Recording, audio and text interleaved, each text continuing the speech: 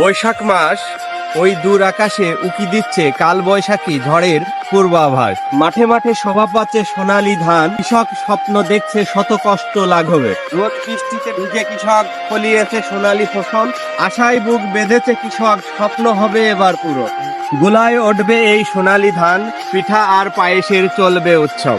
বাকি আর দাদনের টাকাই করেছে চাষ, এবার পরিশোধিত হবে সকল দায়। প্রকৃতির কাছে একটাই অনুরোধ, ঘরে যেন তুলতে পারে এই সোনালী ফসল। আল্লাহ তুমি সহায় হও, হাসি ফুটুক সকল কৃষকের মুখে।